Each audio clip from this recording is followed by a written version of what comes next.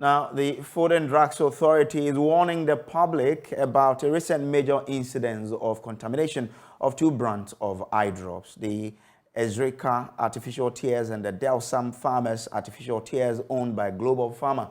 According to the FDA, Global Pharma has since issued a voluntary recall of the product.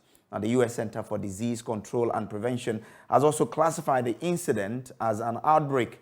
My colleague Joseph Akable joins us with details of a statement released by the Food and Drugs Authority. Joseph, why is the U.S. classifying this as an outbreak?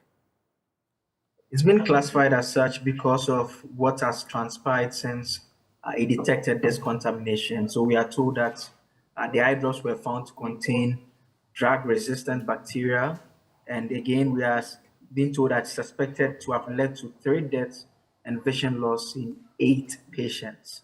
So this is the reason why that part of the statements from the FDA is indicating that it has been classified as an outbreak. So in general, what has the FDA also been saying about this? The first indicates that the products are not registered with the Ghana Food and Drugs Authority. Therefore, they should not be commercially available on the Ghanaian market. However, the FDA advises the public who may be in possession of these drugs through other means to immediately stop using them. It goes on to say that anyone who has used these recalled products and is experiencing some signs and symptoms should contact a healthcare professional immediately. And also, the symptoms that you have to look out for includes yellow, green, or clear discharge from the eye. You may also experience pain or discomfort, redness, feeling something in the eye, increased sensitivity to light, and blurred visions as well. And so the FDA is assuring the public that it's taking all measures to ensure that only safe and use of medical products are on the market for Ghanaians. All right, grateful. So that's my colleague Joseph Akable with details of that statement released by the Food and Drugs Authority. We've been joined on the line by Deputy CEO for Health, Product and Technologies of the Food and Drugs Authority, Mr. Seth Senaki. Grateful to you for joining us. Now, the FDA says this product mustn't be on the market, but you're still warning the public. What has happened to market surveillance? What do you find about this particular product? Well, thank you very much for the opportunity. Currently we've not found any on our market, and from our records, Global Pharma is not an applicant to any of the products here in Ghana, but the world is not a global village, and so as our statement said, maybe there are people who have these products that they are using. Maybe we have our compatriots who have come from the US or maybe other places. And so based on the statement from the Center for Disease Control and Prevention in the US, trying to suspecting that deaths have occurred based on this, and people have lost their sight also based on this. We put this information across, and our market surveillance staff are still going around all over the country because of this, so that in case some is found anywhere, it will be taken off. So currently we have not found any on our market. Currently, from our import and export control directorate, we have not received any of these products, and most importantly, this is not something that has been given market authorization here in Ghana. But because we are in a global village, when something is happening, we need to ensure that the necessary information goes to the public so that you can take the necessary precaution. Over. You say that drug won't get market authorization in Ghana. Is that what you said? No, what I'm saying is that we have not given market authorization to these products in Ghana. Okay. For every product to be used in Ghana, we call it registration, but in other jurisdictions, they call it market authorization. An applicant must apply for it, and we don't have that application here in Ghana, and therefore it hasn't got market authorization here in Ghana. Or in other words, say it has not been registered in Ghana. Okay. So there's no cause for alarm. So we are not expecting it to be.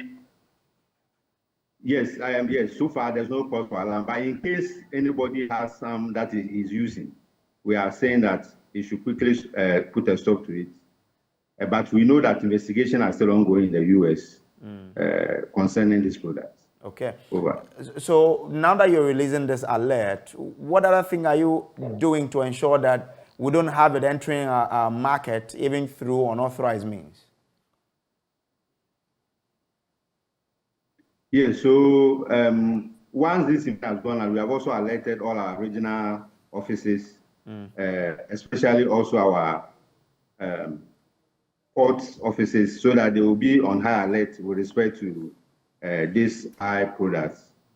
And we have a very elaborate pharmacovigilance system where we receive reports daily, the use of products on the Ghanaian market, from hospitals, from clinics, from pharmacies, in terms of products that are causing problems, that is suspected to have therapeutic failure or is suspected to cause untoward effects.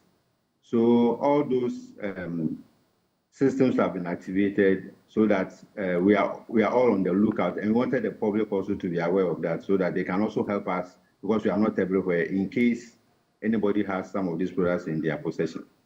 Over. Okay, all right. I'm grateful to you, sir, for joining us. So he is Deputy CEO of the Food and Drugs Authority, Seth Senaki there. Now, moving on to other stories now. The Golden Star Wasa Limited say it will cost the company some $30 million to reopen the Benso operational site of the company after illegal miners vandalized the place on 16th March this year. Now, JoyNews sources, the company has been counting its losses from the devastating attack and says it will take a lot to revive the site, which will also affect the company's contribution to the economy of Ghana. The company has subsequently shut down its operational site at Benso in the Takwansui municipality of the Western region, which contributes 1/3 of its total production for the next 3 months. JoyNews' Western regional correspondent in Athalia Kwanzaa has more in this report. Thursday, 16th March 2023, illegal miners set on fire some properties belonging to Golden Star Wasa Mine at Benso in the Takwansui municipality of the Western region. The illegal miners set 12 vehicles, among other assets, ablaze, including excavators, ambulances, and pickups, forcing the staff of the company to run for their lives. About 4 minutes drive from the operational site, we were led to one of the pits of the mine where we were showed where the conventional mining takes place, as well as the illegal mining site, which is within the mining area. Zakaria Isa explains the mining giant has 500-meter buffer reserve as a requirement of the industry in that enclave. However, the illegal miners have encroached on the buffer zone as well as the mining pit area, actively engaged in illegal mining. He explains further what ensued on the 16th day of March 2023. They are not only doing the galamsey around this area. All these areas are swampy areas, and they mine or they work up towards where our pit is. And closer you get to the pit, the risk it is. So the security came and talked to them on a brotherly way so that they understand and then evacuate during the bleed. So this is the action place, and it's forced within the 500 buffer, mandatory buffer for mining, active mining to take place. So this is the area we call the I zone, and this is the Galamsey spot. Paramount Queen Mother of Wasafiase, Nana Efuaba Kunajua II, has been speaking on behalf of traditional leaders. Very bad. As I'm listening to it, oh yeah, me TV do na make say, but me bought two in the machine. I share cars a wash so excavator cry hen. No wash water tank, wash cars. Me bona ta, me trying to about all 30 cars a wash one. Na pick up a crow cry hen. Wa how crow pa. Inti ya basre assembly na one more boy ye that one boy hen. Group Corporate Affairs Manager of Golden Star Wasa Mine, Gerald Boache, in an interview said the recent attack by the illegal miners will reduce investors' confidence and their production. There are investors here, I would say, even for local economy. Because we are here, there are people doing mobile money transfer, there are people opening chop bars. Those are small-scale investors, isn't it? So if the place is not safe, if they would stop operating, how much more that investor that is bringing in hard-earned dollars? That should tell you straight away that it's going to reduce investor confidence. And the fact that nobody is saying anything about it, we're waiting at least for somebody of serious authority to condemn the situation, because then that emboldens the Galamsey. In Athalia Kwanzaa, Joy News, Benso. Now, the company says it will cost it some considerable amount of money to get the Benso site operational again. Here's Group Corporate Affairs Manager Gerard Wache.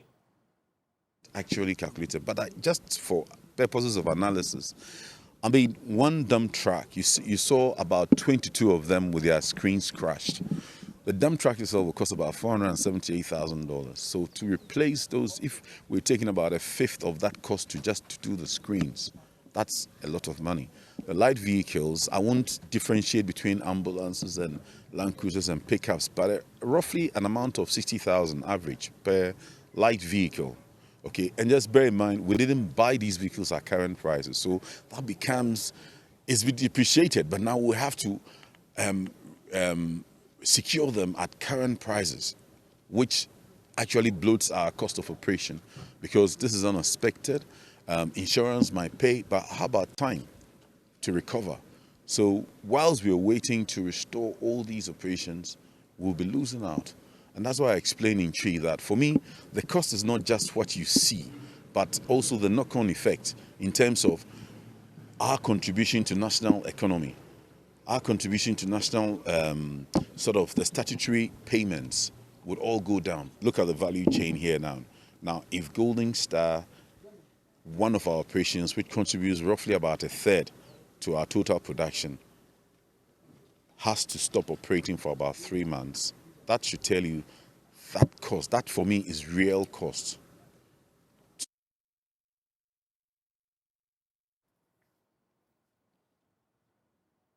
Now, residents of Wager and motorists who use the Accra-Cape Coast Highway are angry about the seeming lack of action by city authorities to immediately stop the perennial flooding of sections of the road. Now, anytime it rains, part of the major highway which links the Cape Coast, Accra and neighboring Côte d'Ivoire become impassable as it is covered with rainwater and sand washed down from the hills in the area. Residents and motorists spend many hours in traffic before getting to their destinations. Maxwell Agbagba has more in this report.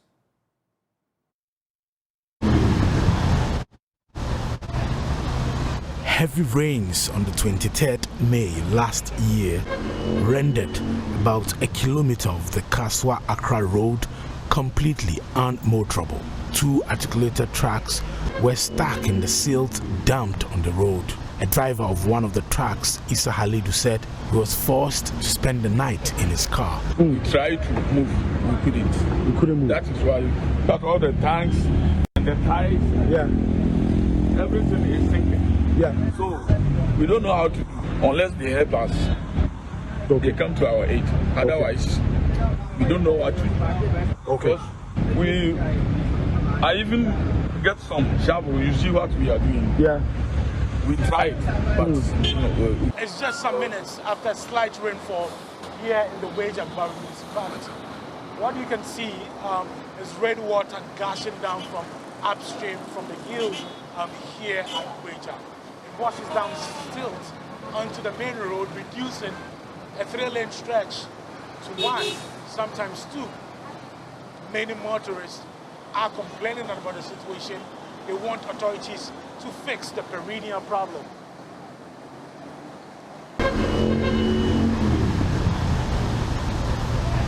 It rained for only 15 minutes on Wednesday, but some parts of the road is already flooded with a massive gridlock. I've met a resident, Kingsford Kojo. He's very angry about the situation. Very bad. Very bad. And we are facing a lot of problems with traffic. For traffic, may see from is a crowd, you guys for say sound give you make them know say we do suffer for this road top. We dey suffer. Some block factory 2 days here. Anytime it go rain, then to them go drop them water. Now if I can so bro, we dey suffer. We dey suffer for year. It be bad. Every rainfall, even small drop, this road go full. I don't know. This road be government road. Make I ask you. Yes, if the government road, where government no say this road dey here, government people they pass here, then they use the road. You know good. Visibly angry motorists who couldn't step out of their cars to speak to us had something to say to city authorities. Anytime it rains, it gets flooded here. Please get them to fix it for us. A man seated in a commercial vehicle blurted out as the car moved through the flood water on the road. Emmanuel Fori is a taxi driver. He says anytime it rains, drivers are compelled to spend productive hours in traffic on the Weija-Atala stretch. He wants city authorities to fix the challenge. It causes traffic. Whenever it rains excessively, all the high land and the low land at the top, it pushes the soil, so it causes soil erosion. So it makes our work so difficult. I want them to drill a hole, like a gutter, so that the water can flow. To me, you know, it delay my work. Whenever there's excessive traffic, the fuel is always consumed. So it makes our work difficult. It's not only motorists who are affected by the flooded road. Some businesses here have lost thousands of Ghana cedis as a result of the situation.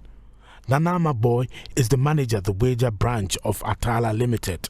It has destroyed some of our tile cement, our main cement, our slate, and a lot of our books sometimes when we're at the downstairs.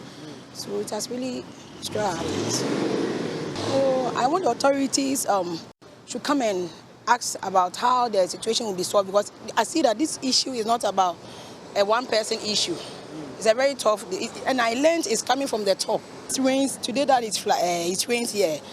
It's just a little rain. It's like drizzling, not really rains, but it was, all this place was flooded.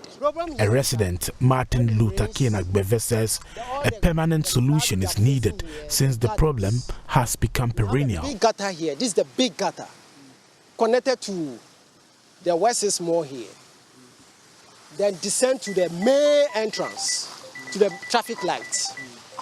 And then when it rains like this, the flood is very huge. We talked to the authorities. They said they will do something about it. We are waiting for them so many years. NDC come, nothing. MPP come, nothing. So people are dying. It costs traffic a lot. A lot. People are able to go to work, and the time also to, it's going. So the road too is spoiling the road, the erosion. So they have to do something. Until city authorities fix the perennial flooding on the Atala section of the road at Weija, more productive hours will be lost to the congestion that is created anytime it rains. The road is already showing signs of deterioration as a result of the flooding. Maxwell Agbagba for JoyNews. Now, the AMA Waste Manager Solomon Noy says there should be a ban on single-use plastics as recycling companies find it expensive to process. Now, the indiscriminate dumping of plastic waste into drainage channels lead to blockage, preventing free flow of water. Now, Mr. Noy says government should take action on this as it has become a major nuisance. Prince Oswansa has more in the following report. Due to we the citizens, we are part of it, because person go carry imbora from house, then can't throw for gutter inside. I mean that one no good. We all expect say the government go. Some traders at the Kwame Nkrumah Circle expressing concerns over a large pile of refuse close to a drainage. Because nowadays it's now rampant, it's uncontrollable.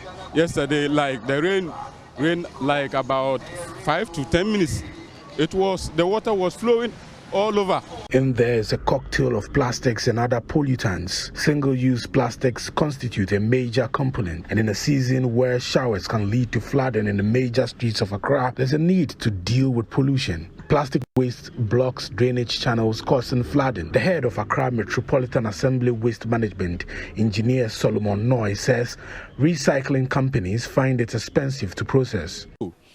The issue of the ban comes in because, as an engineer, I know what it takes to process single-use plastics. First, it is not economically viable because you have to aggregate a lot of them to get a chunk of whatever you want to do. And so most aggregators or most companies do not want to go into the venture of processing single-use plastics. He also added that the assembly will continue to desilt drains to avert perennial flooding.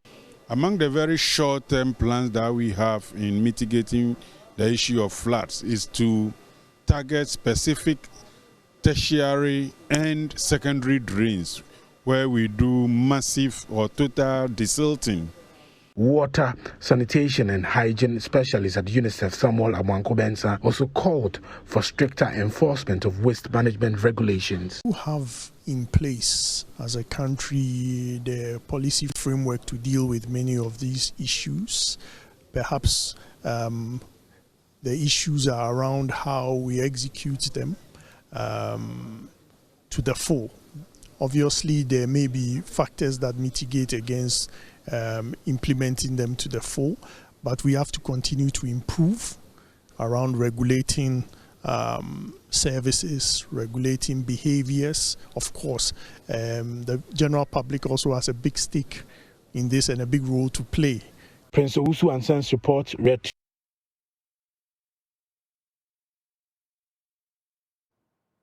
Now, the Electricity Company of Ghana has retrieved close to 2.5 million cedis from two private firms in the Ashanti region in its ongoing revenue mobilization exercise. The regional director of the company, Engineer Bodi Asamoah, has described the exercise as fruitful. He says the company will show no mercy to electricity consumers who are defaulting in payment of their bills. My colleague Ohimitea was with the ECG team and has found this report. Of the 5.7 billion Ghana cedis owed by electricity consumers nationwide, the Ashanti region accounts for 1.2 billion Ghana cedis, representing 21%. Kasapreko Company Limited had a total of 3.4 million Ghana cedis in unpaid bills. When the ECG debt recovery team visited, the company paid about 2.2 million Ghana cedis with a promise to settle the outstanding 1.2 million in 7 days. Managers at Dako Farms paid 75,000 out of 105,000 Ghana cedis owed ECG with a promise to pay an additional 25,000 Ghana cedis on Friday. Other places visited include the Vodafone Ghana Tanoso office and the Akenton Apiamenka University of Skills Training and Entrepreneurial Development, Amstead, which had settled outstanding bills at the time of the visit. The team was also at the Kropon District Court, which has a 12,000 Ghana cedis bill to settle. Judicial Service officials told the team processes have been initiated to pay the bill in 7 days. Head of ECG in the Ashanti region, Engineer Bodi Asamoah, is happy at the gains made so far. Kasapreko owes 3.4 million. Today they paid almost 2.2 million. So they are left with about 1.2, with their promise that we should come for it within 7 days. So we've done that. And then we went to Dako Farms. Dako Farms, the amount is about 105. They paid 75 today, as of today. And then tomorrow they are going to pay 25, so that will be left with just 5,000 for them to finish. From there we went to University College of Education, you see, and there incidentally when they are paid, and then we came to the court here, the district court, and here the amount is not that big; it's just about 12,000. They promised that they are processing it, so we should give them 7 days, and then we should come back and then inspect the receipts. I would say it's very, very fruitful. I've got a report for the day one that we started. In fact, the report we got for the day one, compared with our normal collection. We've gone about 500-600% for this particular exercise. So I would say that it has been very effective. So within the month, I believe that we should be able to substantially reduce our debt base. According to engineer Wedi Asamoah, the exercise is no respecter of persons, adding every defaulting electricity consumer will be covered. As we've been saying on air, this exercise doesn't know, there's no category of people who want to disconnect. Every Ghanaian, institutions, individuals, businesses, the OECG, we say we are going for our money. The objective is not about disconnection. The objective is collecting the money. If we come and you are able to give us the money, we'll leave you. In fact, I tell my people we have 3 languages. I have already paid. I'm going to pay now. I am unable to pay. If the answer is the 3rd one, I am unable to pay, then we also go into disconnect. So the objective is not just disconnection, it's a last resort, but we want to collect our money. And there is no mercy for the cripple at all in this particular exercise. The exercise continues unabated. From Kumasi, for JoyNews, Oimeteria reporting. Now, the National Road Safety Authority says a total of 2,222 road traffic crashes were reported in January and February 2023. Now, the crashes involved 3,812 vehicles of all categories and 2,773 casualties. That's 21 fatalities and death and 2,452 injuries. Now, according to the National Road Safety Authority, cases reported, vehicles involved, persons killed, persons injured, and pedestrian knockdowns decreased by 15.35%, 12.63%, 31.56%, 8.27%, and 23.78% respectively from January to February 2023 when compared to the same period in 2022. Now, Engineer David Osafo-Adonting is Acting Director General of the National Road Safety Authority and joins us for an interaction on this. So Chief, grateful that you could join us. Should we pat ourselves on the back for this, or it tells us that there's more work to be done? Thank you very much, my good friend, and good morning to you. Good morning to all of your people, and then to the entire multimedia, Joy, and the rest of you. I must say that what we see now is rather motivating. It's encouraging us that we could do more. We have looked at the statistics, interrogated it, and it is telling us the fact that if we strengthen our position and then work very hard, Ghana, we can achieve these targets we have set ourselves by reducing road fatalities, injuries, and even the crashes by 50% by the year 2030. That has been set by the United Nations under the Decade of Action for Road Safety for the next decade. What it means to me is that we have made some savings. In fact, if you look at it in quantum, 31% reduction in terms of the number of people who are killed on the road is huge. It is far beyond 600 persons if we want to quantify in absolute terms. So it is, well, much as I will recognize the fact that we commend ourselves, giving a pat at our back is one of the options you may want to use. But it also tells us that we have more work to do. In fact, the recent crash that happened at the Kintampo end somewhere there between Techiman and Kintampo, killing 23 persons in March. It's a clear manifestation of the fact that, in spite of the fact that we are making the gain, we are reducing the figures, we should not be swollen-headed. We should have a view that at any point in time, these things can emerge. And so we have to work very hard to sustain the gain and to try and prevent occurrences as we used to see. Let me use this opportunity, first of all, to thank the media. Ghana and everywhere, media is so powerful that if the media decides to take up a certain issue and run it by you, we should take it serious. Because multimedia, for example, when you took off with Arrive Alive, just to campaign, and then we joined National Road Safety Authority and came in with Stay Alive and so on. This is the positive result we are all now witnessing, which means that we have leveraged on the partnership between us and with multimedia, and then to all the media fraternity who joined us in the Stay Alive and Arrive Alive Road Safety campaign. Now people have listened to us, they have heard it, and I think they are beginning to now draw the line between now behaving well within the road space or misbehaving to get yourself involved in a crash and become a victim. Okay. So we think that more or less we need the pat at the back. I think I will recognize that. Okay. But if you say there's a decrease in cases reported, isn't that why we are not having an increase in casualties and that people are not reporting some of these cases? Wouldn't that also be a factor? In fact, there is a direct link between the number of crashes and then the injuries and the fatalities, which we call casualties. Of course, if you have higher crashes, you will still have injuries and deaths. But in some cases, you can have high crashes, very high crashes, but you may not have necessarily the same number of injuries or deaths. Because the crashes will happen, but might not be crashes that will kill or injure. So much as you are reducing the crashes, there's a likelihood that you reduce the deaths and the injuries.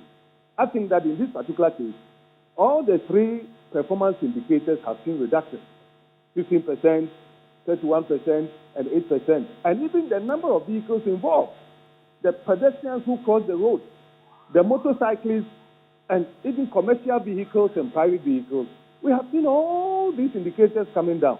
Clearly, something positive is happening in the road space.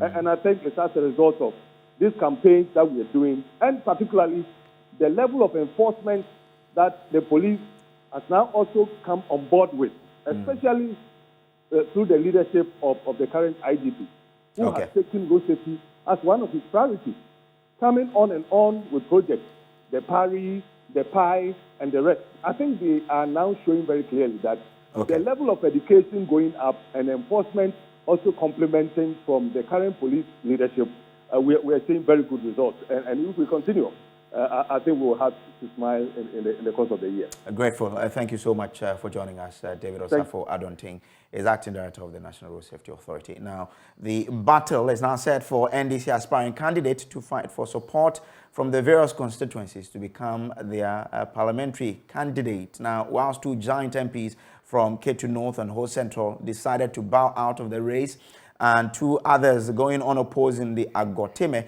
and North Tong, more younger ones and quite a number of females have emerged in the Volta region. In Keta, a young business tycoon, Dr. Emmanuel Kojo Jones Mensah, is very confident at winning the primaries and becoming the MP for the Keta constituency. There's more in this report.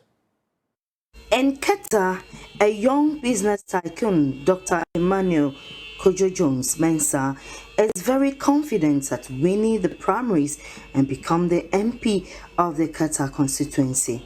Dr. Kojo Jones Mensah believes he is the 7th leader of Keta constituency and has outlined his many developmental projects for the constituency besides the ones he has already started.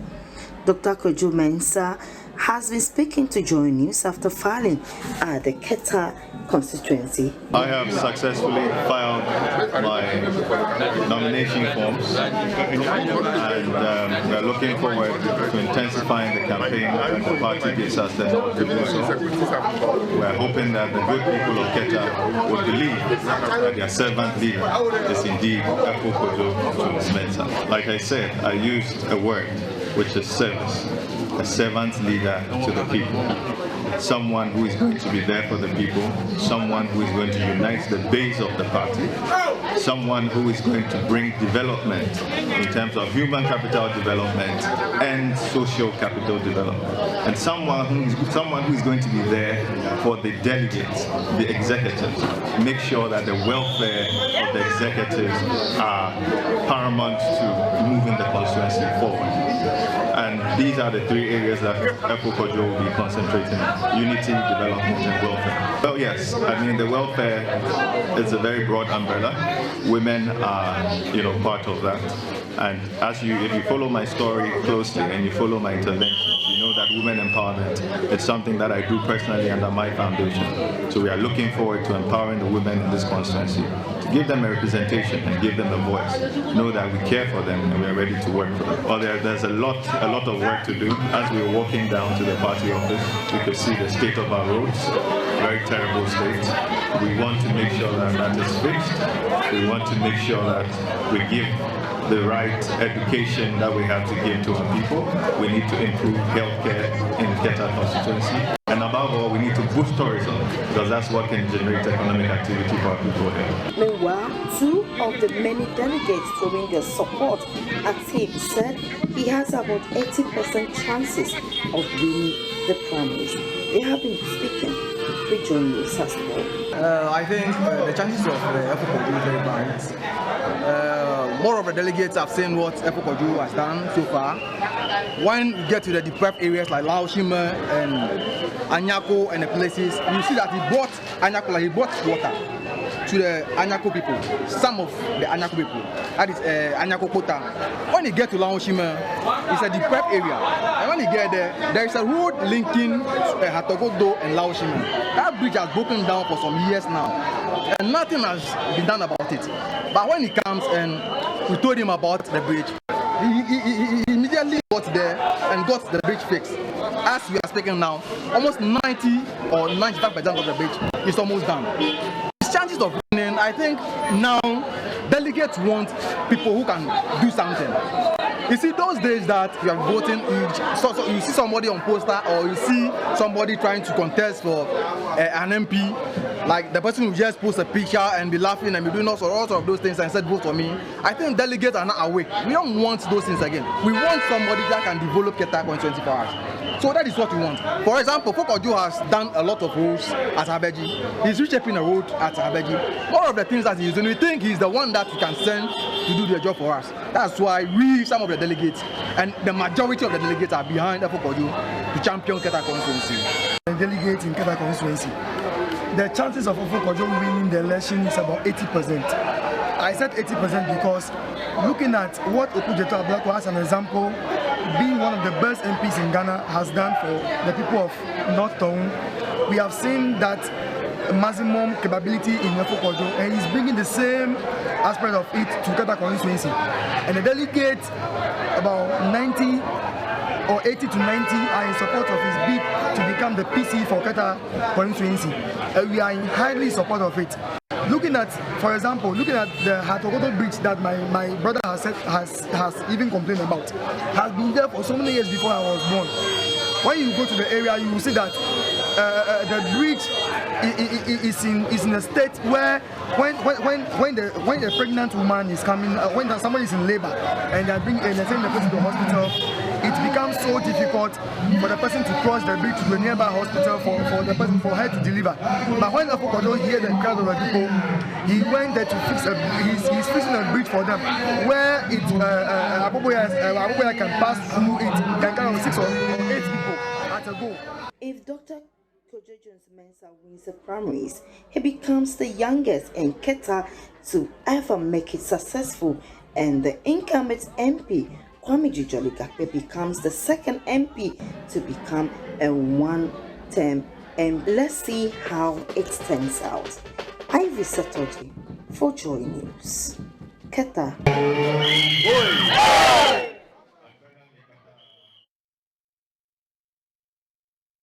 You're watching JoyNews. Let's go take a quick break. We'll be back with business. Stay with us.